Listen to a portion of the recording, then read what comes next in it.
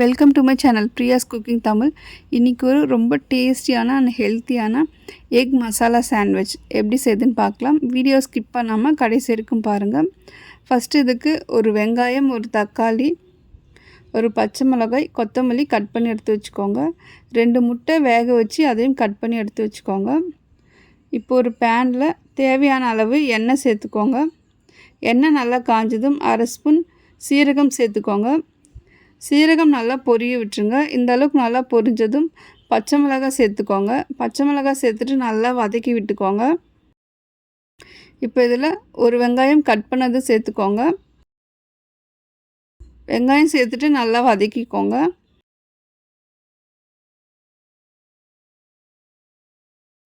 இப்போ வெங்காயம் இந்த அளவுக்கு வதங்கினதும் இதில் தேவையான அளவு உப்பு சேர்த்துக்கோங்க. உப்பு சேர்த்துட்டு நல்லா வதக்கி விட்டுக்கோங்க.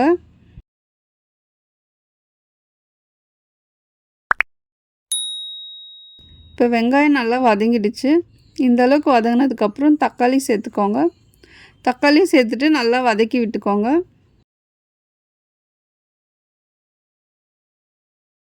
இதுக்கு வெங்காயம் தக்காளி ரொம்ப வதங்கணும்னு அவசியம் இல்லை, லைட்டாக வதங்கினாலே போதும்.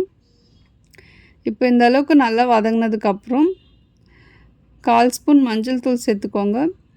1/2 ஸ்பூன் கரம் மசாலா சேர்த்துக்கோங்க.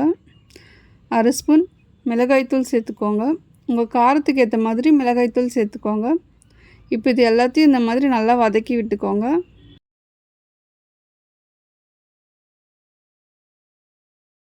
இப்போ இந்த அளவுக்கு நல்லா வதங்கினதுக்கப்புறம் இதில் கட் பண்ணி வச்ச முட்டையை சேர்த்துக்கோங்க.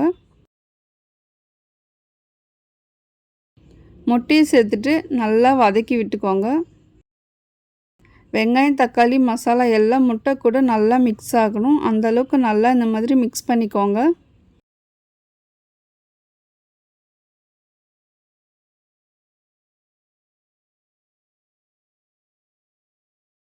இப்போ இது நல்லா மிக்ஸ் ஆகிடுச்சு. இப்போ இதில் கொஞ்சமாக மிளகுத்தூள் சேர்த்துக்கோங்க. மிளகுத்தூள் சேர்த்துட்டு நல்லா மிக்ஸ் பண்ணிக்கோங்க. இப்போ இதில் கட் பண்ணி வச்ச கொத்தமல்லியும் சேர்த்துட்டு நல்லா மிக்ஸ் பண்ணிக்கோங்க. இப்போ சாண்ட்விச்சுக்கு தேவையான எக் ஃபில்லிங் ரெடி ஆகிடுச்சு. இப்போ இது நல்லா மிக்ஸ் பண்ணதுக்கப்புறம் கேஸ் ஆஃப் பண்ணிவிட்டு இதை தனியாக எடுத்து வச்சுக்கோங்க. இப்போ சாண்ட்விச் ரெடி பண்ணிக்கலாம். நான் இன்றைக்கி வீட் ப்ரெட் தான் எடுத்துருக்கேன். உங்கள்கிட்ட எந்த ப்ரெட் இருக்கோ அந்த ப்ரெட் நீங்கள் எடுத்துக்கலாம். ப்ரெட்டோட அவுட் சைடில் மட்டும் இந்த மாதிரி பட்டரை ஸ்ப்ரெட் பண்ணி விட்டுக்கோங்க. உங்களுக்கு பட்டர் வேணான்னா நீங்கள் ஸ்கிப் பண்ணிக்கலாம். இந்த சாண்ட்விச் ரொம்ப குயிக்காக செஞ்சு முடிச்சிடலாம் அண்ட் ரொம்பவும் ஹெல்த்தியும் கூட. ஸ்கூலுக்கு போகிற பசங்களுக்கு இந்த மாதிரி மார்னிங் பிரேக்ஃபாஸ்ட்டாக செஞ்சு கொடுங்க. ரொம்பவே ஹெல்த்தியாக இருக்கும். ப்ரோட்டீன் ரிச்சான பிரேக்ஃபாஸ்ட்டாகவும் இருக்கும். கண்டிப்பாக ட்ரை பண்ணுங்கள். இப்போ 2 ப்ரெட்லேயும் அவுட் சைடில் இந்த மாதிரி பட்டர் தடவி வச்சுக்கோங்க. இப்போ இதில் ரெடி பண்ணி வச்ச ஃபில்லிங்கை இதில் வச்சிடலாம்.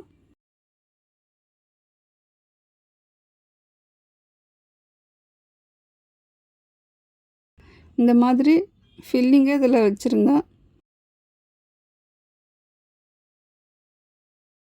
இப்போ ப்ரெட்டு இது மேலே வச்சுட்டு டோஸ்ட் பண்ணி எடுத்துக்கலாம். நான் இன்றைக்கி கிரில் சாண்ட்விச் டோஸ்டரில் தான் இந்த மாதிரி டோஸ்ட் பண்ணி எடுத்துக்க போகிறேன்.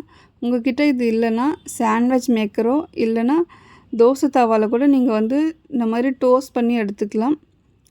இது நல்லா கோல்டன் ப்ரௌன் கலரில் நல்லா கிறிஸ்பியாக நல்லா டோஸ்ட் ஆகி வர அளவுக்கு டோஸ்ட் பண்ணி எடுத்துக்கோங்க. இந்த அளவுக்கு நல்லா டோஸ்ட் ஆகி வரணும்.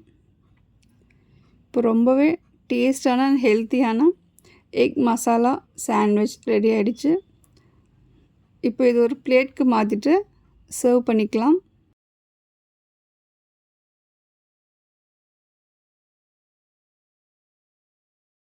இப்போ இந்த சாண்ட்விட்சை கட் பண்ணி எடுத்துக்கலாம். கட் பண்ணும்போதே அவ்வளோ நல்லா கிறிஸ்பியாக இருக்குது. பார்க்கவும் அவ்வளோ சூப்பராக இருக்கும். டேஸ்ட்டும் அதை விட சூப்பராக இருக்கும். கண்டிப்பாக ட்ரை பண்ணி பாருங்கள்.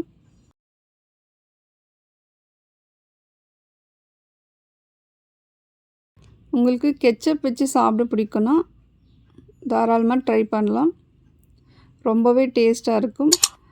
இந்த ரெசிபியை கண்டிப்பாக வீட்டில் ட்ரை பண்ணி பாருங்கள். உங்களுக்கு இந்த வீடியோ பிடிச்சிருந்தா மறக்காமல் பிரியாஸ் குக்கிங் தமிழ் சேனலை சப்ஸ்கிரைப் பண்ணிட்டு லைக் பண்ணிவிடுங்க. தேங்க்யூ.